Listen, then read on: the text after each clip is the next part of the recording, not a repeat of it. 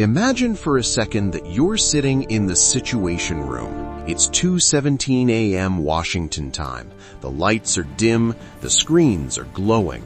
On one wall, a digital map of the Middle East pulses red. In another room, thousands of miles away, Israeli Air Force pilots are already strapped into F-35 cockpits. Submarines sit silent in the Persian Gulf. Cyber units have been inside foreign networks for months. You have unmatched military power, the largest defense budget on Earth, over $877 billion in 2023 for the United States alone. Your closest regional ally, Israel, spends over $24 billion annually on defense and fields some of the most advanced intelligence capabilities in the world. And yet, your target is a country of 90 million people, spanning 636,000 square miles, with missile arsenals, proxy militias, and underground facilities buried beneath mountains. You can strike, but if you do,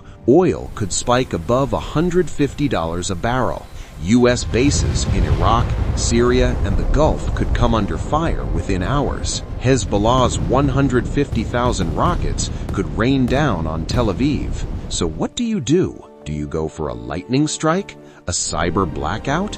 A decapitation mission? Or do you wage a shadow war so deniable that the world debates whether it even happened? And here's the bigger question. Has this Operation Epic Fury already begun in ways most people never noticed? Let's break it down. The U.S.-Iran rivalry didn't begin yesterday. It stretches back to 1953, when the CIA and MI6 backed a coup against Iran's Prime Minister Mohammad Mossadegh. Fast forward to 1979, the Iranian Revolution. American diplomats held hostage for 444 days. Diplomatic relations severed. Since then, it's been a chess match. In 1988, during Operation Praying Mantis, the U.S. Navy sank or damaged half of Iran's operational fleet in a single day. In 2003, the U.S. invaded Iraq, removing Saddam Hussein, ironically eliminating Iran's greatest regional enemy. By 2015, the Obama administration negotiated the Joint Comprehensive Plan of Action, or JCPOA. Iran limited uranium enrichment to 3.67% purity, far below weapons-grade 90%. In exchange, sanctions lifted. Then came May 8, 2018. President Donald Trump withdrew from the deal. Sanctions snapped back. Iran's economy shrank nearly 6% in 2018 and another 6.8% in 2019, according to the World Bank. But here's where it gets interesting. While headlines focused on sanctions and diplomacy, something else was happening beneath the surface. Explosions at nuclear facilities, cyber attacks, mysterious assassinations of scientists, drone strikes, oil tankers sabotaged. No formal declaration of war, but a shadow conflict unfolding in plain sight. And if a full confrontation ever came, what would it actually look like? Before the first jet takes off, before a single missile launches, the battlefield would already be active. In 2010, a computer worm called Stuxnet infected Iran's Natanz nuclear facility. Widely attributed to the U.S. and Israel, it targeted Siemens industrial control systems and reportedly destroyed around 1,000 centrifuges, nearly 10% of Iran's enrichment capacity at the time. Think about that. No bombs, no pilots, no televised shock and awe, just code. Cyber operations are attractive because they're deniable. They delay retaliation. They create confusion. Imagine Iran waking up to rolling blackouts, communications glitches, fuel distribution chaos. Not permanent destruction, just enough to disrupt command and control. In 2020, Israel reportedly conducted cyber operations against Iran's Shahid Raja'i port, disrupting shipping traffic for days. Iran retaliated with attempted intrusions into Israeli water infrastructure. This is the opening move in any modern epic fury. Blind the radar, disrupt logistics, confuse leadership. It's like cutting the power before breaking into a vault. But cyber alone doesn't end a nuclear program. It buys time, and time is everything. We're just getting started. The Decapitation Doctrine. On January 3, 2020, a U.S. Reaper drone strike killed Iranian General Qasem Soleimani near Baghdad International Airport. Within hours, the world held its breath. Soleimani wasn't just any general. He commanded the Quds Force, the branch responsible for Iran's foreign operations, Hezbollah in Lebanon, militias in Iraq, Assad's regime in Syria. His death showed something critical. The U.S. was willing to conduct targeted, high-profile killings. In a broader conflict scenario, leadership targeting becomes central. Israel has long practiced this strategy. During the Second Intifada, it conducted numerous targeted strikes against Hamas leaders. The logic? Disrupt decision-making, create hesitation, fragment command. But here's the math. Iran's military isn't built around a single figure. It's layered. The Islamic Revolutionary Guard Corps, or IRGC, has over 125,000 personnel. Leadership removal may shock, but it doesn't collapse the system. So why do it? Because uncertainty spreads faster than missiles. If commanders fear being tracked via cell phones, compromised aids, or GPS signatures, they move less. They hesitate, and hesitation in war is lethal. But decapitation strikes come with a cost. After Soleimani's killing, Iran launched more than a dozen ballistic missiles at U.S. bases in Iraq, injuring over 100 American service members with traumatic brain injuries. A single strike triggered regional escalation within days. Now imagine that multiplied by 10. This is where it gets crazy, so stay with me. Let's talk hardware. The U.S. operates over 2,800 aircraft in its active inventory. Israel fields around 300 combat aircraft,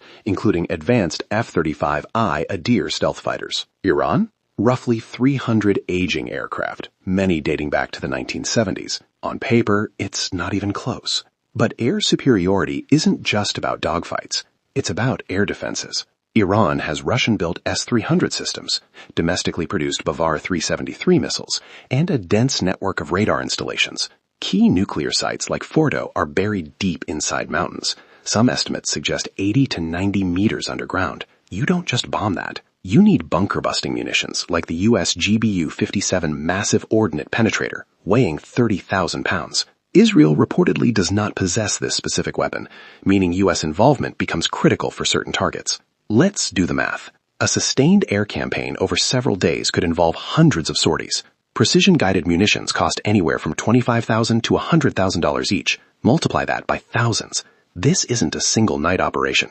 It's a campaign. But here's the twist. Unlike Iraq in 2003, Iran has geography on its side. Mountains, depth, dispersed facilities. You can degrade, you can delay, but completely eliminating nuclear knowledge? That's another story. We'll get to that disaster later. Now picture this. The Strait of Hormuz, just 21 miles wide at its narrowest point. Nearly 20% of global oil supply passes through it daily. Iran sits on one side. The U.S. Fifth Fleet operates nearby in Bahrain. In any escalation, Iran's fastest asymmetric weapon isn't nuclear.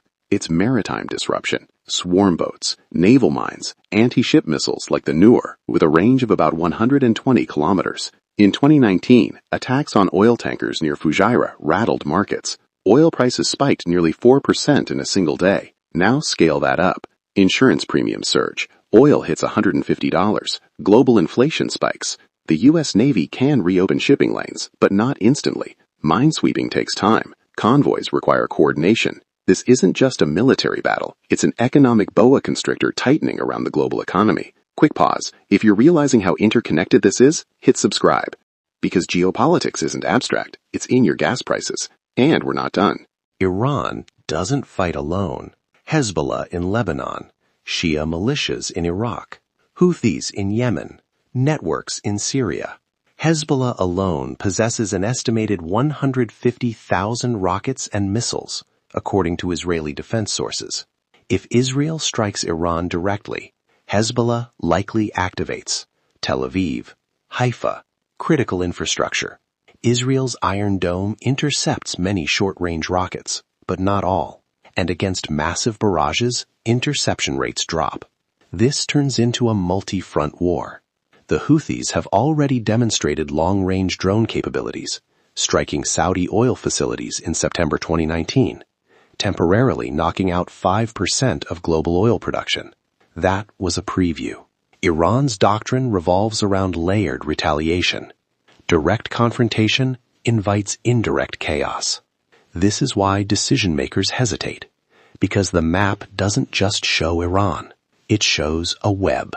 Now we reach the heart of it. As of 2023-2024, the International Atomic Energy Agency reported Iran enriching uranium up to 60% purity, a technical step away from weapons grade.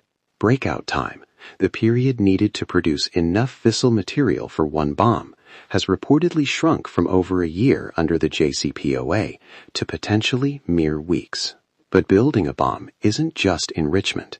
It's weaponization, delivery systems, testing. Here's the bull case. Airstrikes set the program back years, deter future escalation. The bear case. Strikes convince Iran that only a nuclear weapon guarantees regime survival, like North Korea. Remember that detail. North Korea tested its first nuclear device in 2006, 3 years after being labeled part of the axis of evil. Cause and effect matter. If Iran calculates that restraint invites attack, the incentive flips.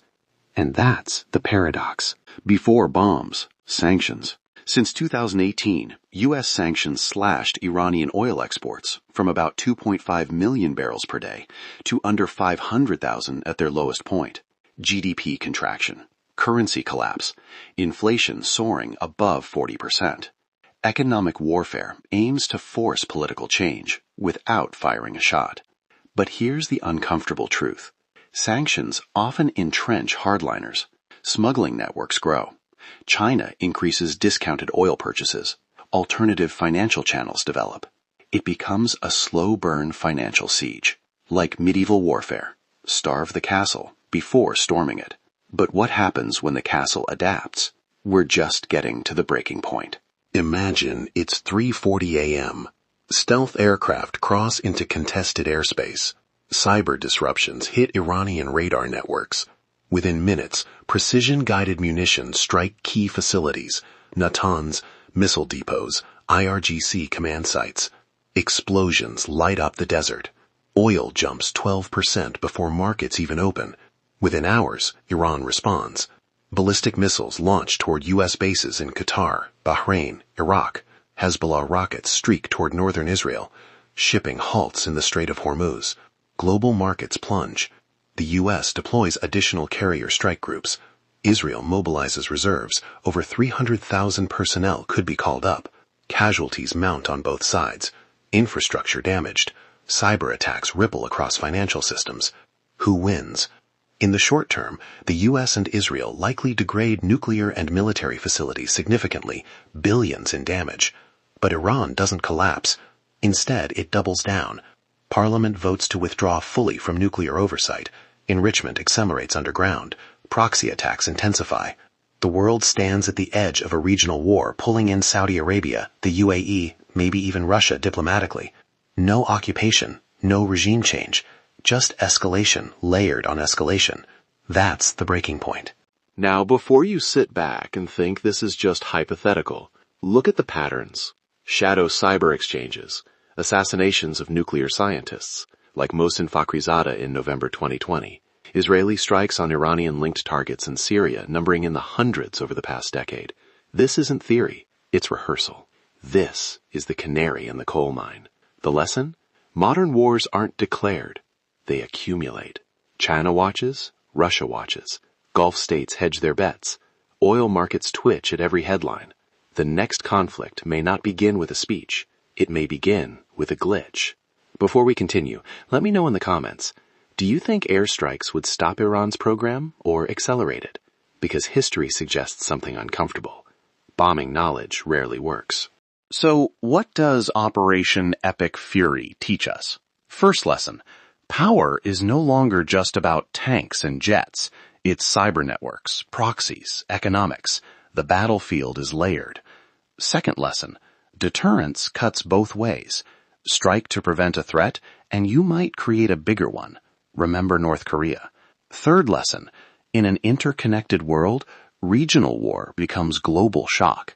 Oil prices, supply chains, inflation. You feel it at the pump and the grocery store. The hidden pattern most people miss? Escalation often happens gradually, until it doesn't. And when it doesn't, it's already too late. So here's the provocative question. If a single night of strikes could ignite the Middle East, spike global oil, and reshape nuclear politics for decades, would leaders pull the trigger? Or has the real war already been unfolding in shadows we barely notice? If you found this breakdown valuable, subscribe and tell me in the comments, is deterrence keeping a peace or just delaying the inevitable? I'll see you in the next one.